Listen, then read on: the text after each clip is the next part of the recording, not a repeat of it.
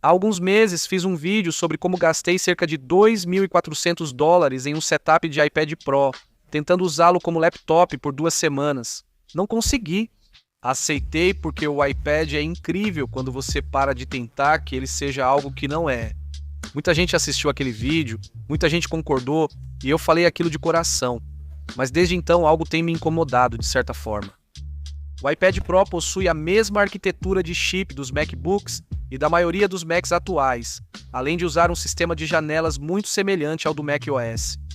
A Apple vende um teclado por $329 para ele e já fez anúncios perguntando: o que é um computador? Eles querem que você acredite que esse aparelho substitui seu laptop e cobram como tal, mas fazem questão de impedir que ele realmente substitua. Não acredito que seja um acidente. A Apple limita o iPad de propósito e isso te custa dinheiro. O mais impressionante é que essa estratégia funciona perfeitamente para eles.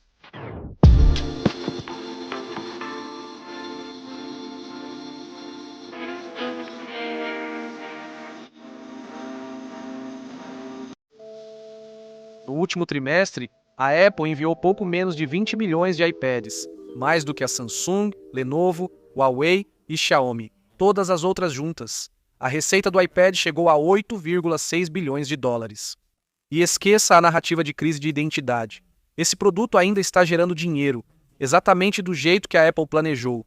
E o jeito que a Apple planejou é torná-lo capaz o suficiente para que você pense que ele pode substituir seu laptop, mas limitado o bastante para que você provavelmente ainda compre um Mac. Então pense no que está faltando nisso. O Xcode foi o primeiro que me chamou a atenção. A própria ferramenta da Apple para criar apps não roda no tablet mais potente deles. Final Cut e Logic estão no iPad agora, mas faltam recursos que as versões para Mac possuem. O sistema de arquivos ainda é totalmente limitado em comparação ao Finder. Tirei cerca de 300 fotos dos jogos de beisebol dos meus filhos na semana passada, enviei por AirDrop para o iPad, editei as melhores no Lightroom e compartilhei com os pais do time em meia hora. Tentei renomear esses arquivos em lote e organizá-los em pastas, e quase joguei o iPad longe. Fui até o meu Mac, em 5 minutos estava tudo feito. Estamos apenas renomeando arquivos, não deveria precisar de outro dispositivo. O suporte a monitor externo funciona, mas sem modo clamshell e com dimensionamento estranho. Não é possível ter widgets na tela externa e faltam alguns atalhos de teclado. O hardware suporta tudo, mas a Apple não permite. Entendo a lógica de negócios. Como eu disse, o Mac gerou cerca de 8 bilhões de dólares para a Apple no último trimestre. Se o iPad fizesse tudo o que o Mac faz, por que comprar um MacBook Air? O iPad Air de 11 polegadas com Magic Keyboard custa cerca de $900. O MacBook Air, cerca de $1.100. A Apple quer que você compre ambos. O iPad ser quase, mas não exatamente, um laptop não é um defeito. Isso é um modelo de negócio. E sei que estou aqui falando tudo isso enquanto tenho os dois, então está funcionando comigo também. O sistema operacional do iPad Mac 26 comprova isso. A Apple lançou apps com janelas reais, redimensionáveis e barra de menu.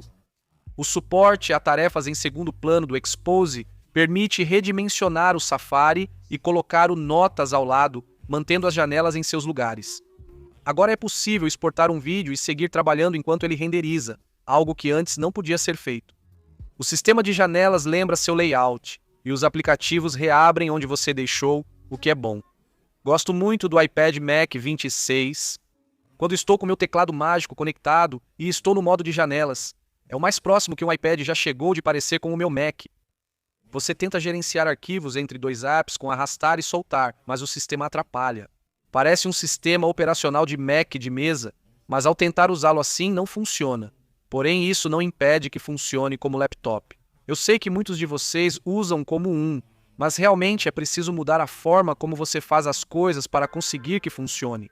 Se você é alguém que realmente usa o iPad com uma Apple Pencil, escrevendo, desenhando, rabiscando, deixa eu te falar sobre o patrocinador deste vídeo, Paperlike.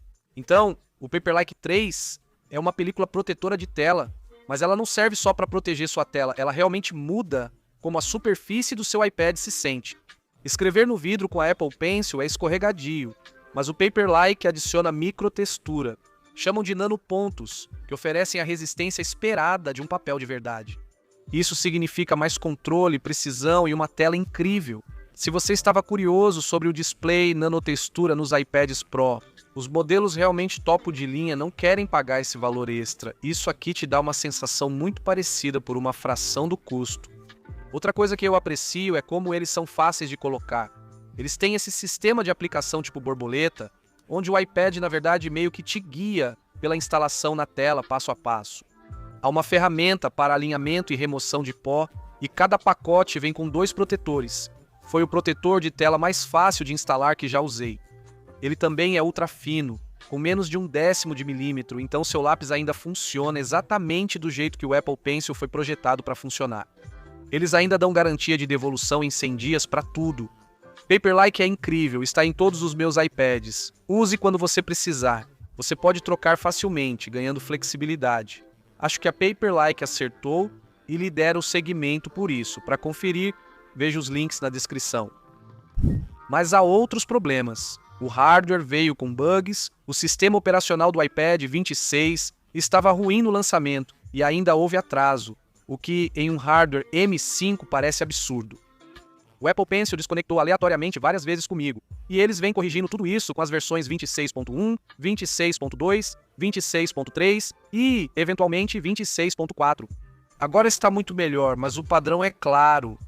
A Apple oferece só o necessário, te anima, e para antes de liberar funções que te fariam deixar o Mac. Acho que isso mudou desde a era Steve Jobs, quando ele disse: se for para canibalizar alguém, que seja a nós mesmos. E mesmo tendo dito tudo isso, todas essas limitações, ainda acho que você deveria comprar um iPad.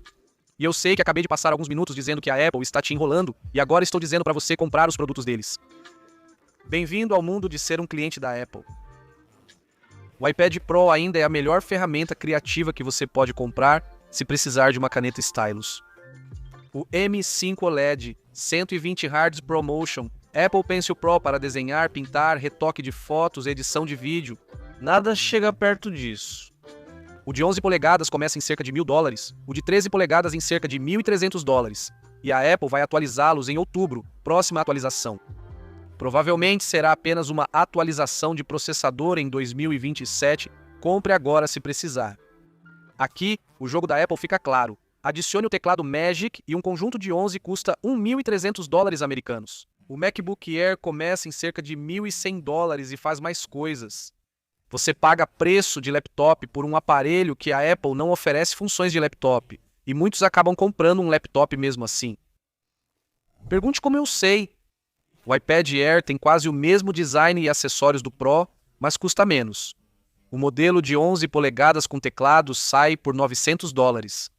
O M3 atende às necessidades da maioria e é o iPad que costumo recomendar. Além disso, há um evento em 4 de março. Novos iPads também são esperados para a mesma época, então, se você estiver assistindo isso depois do dia 4 de março, talvez já haja novos iPad Airs, mas o iPad Air M4 deve manter o preço trazendo chip mais rápido. Se não houver pressa, vale esperar algumas semanas. Mas até o Air atingiu esse limite. No momento em que você precisa de gerenciamento real de arquivos ou de um software profissional que a Apple não vai trazer para o sistema operacional do iPad, você volta para o seu Mac. O iPad mini custa uns R$500 e vive em seu próprio universo, onde essas regras não servem, pois ninguém o usa como laptop. Minha esposa tem um, ela adora, ela usa para assistir ao Instagram. Rumores apontam que o OLED será adicionado futuramente. Se precisa já, o atual é ótimo.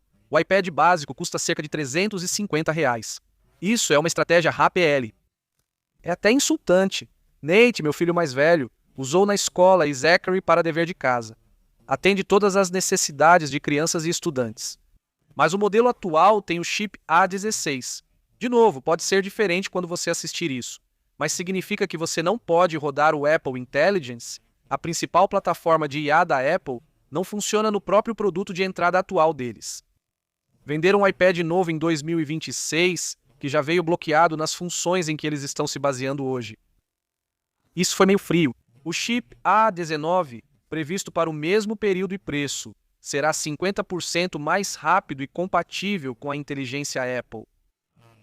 Não compre o iPad básico agora, pois em breve deve sair um melhor pelo mesmo preço. Há 3 meses eu disse que o iPad enfim encontrou sua identidade. Ele é melhor quando você para de lutar e simplesmente o deixa ser. Ainda acredito nisso. Eu uso meu iPad todo santo dia, no sofá e na cama à noite para e-mails, YouTube e redes sociais, em voos, porque ele é mais leve e a bateria dura uma eternidade. Editando fotos dos jogos dos meus filhos e das apresentações de dança da minha filha, minha esposa usa o dela o tempo todo. O iPad é ótimo como dispositivo intermediário, mas esse é justamente o problema. A Apple garante que ele nunca seja mais do que isso. O hardware claramente pode fazer mais, a engenharia está lá, mas manter o iPad na faixa do meio vende mais Macs e mais iPads. Todo ano, eles te dão só o suficiente para você achar que esse será o ano em que ele vai substituir seu laptop, mas nunca é. Gastei mais de R$ 2.400 só para provar isso para mim. E aposto que muitos de vocês têm uma história parecida. Então, da próxima vez que você vir um anúncio da Apple em algum lugar com alguém usando um iPad Pro como se fosse um computador, só lembre que a Apple sabe exatamente o que é um computador. Eles vão te vender um, felizmente, por R$ 1.100. Eles só ganham muito mais dinheiro garantindo que você compre os dois.